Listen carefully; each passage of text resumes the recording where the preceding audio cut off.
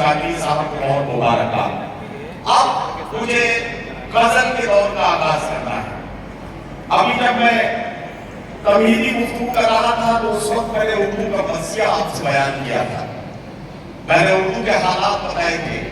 آج کے حالات اور اردو کے ساتھ ہونے والی تمام تر ناانصافیوں کا ذکر کر رہا تھا، لیکن اسی وقت محترم حبیب ملت آپ سب کے دلوں کی دھڑکن اور آل انڈیا مجلس اتحاد المسلمین کے روح رواں کے طور پر ساری دنیا جن کو بڑی امیدوں کے ساتھ دیکھتی ہے، جناب اکبر الدین اویسی صاحب ہمارے بیچ یہاں تشریف لائے ہیں۔ مجھے یہ بتاتے ہوئے انتہائی مسرت ہو رہی ہے کہ جس اردو کا میں مرثیہ آپ سے بیان کر رہا تھا، یہ تو ان صوبوں کا ذکر تھا جہاں سے ہم آئے ہیں۔ آپ مبارکباد کے مستحق اس لیے ہیں کہ تلنگانہ اسٹیٹ میں فلور لیڈر کے طور پر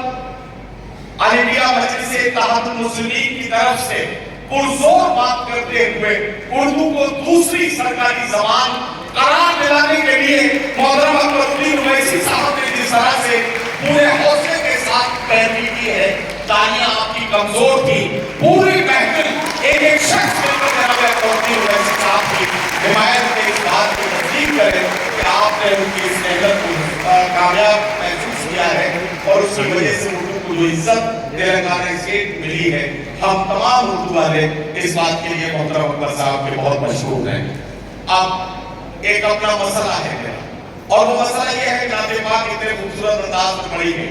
نعت پاک پڑھے جانے کے بعد غزل کے دور کا آغاز کرنا ہے۔ حضرات کرام کی میری کیفیت بالکل ویسی ہی ہے جیسے کسی مریض کو اس کے آخری وقت میں آب زمزم پلا دیا جائے اور اس کے بعد اسے بیہوشی پینے کا حکم دے دیا جائے،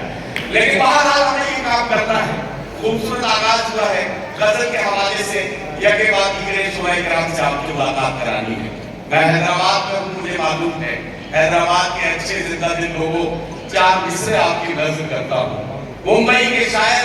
قیصر الجعفری نے کہا کہ تمہارے شہر کا موسم بڑا سہانا لگے،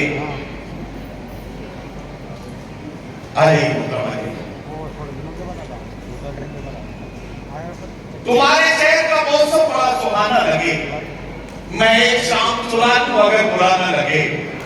تمہارے بس میں اگر ہو تو بھول جاؤ مجھے،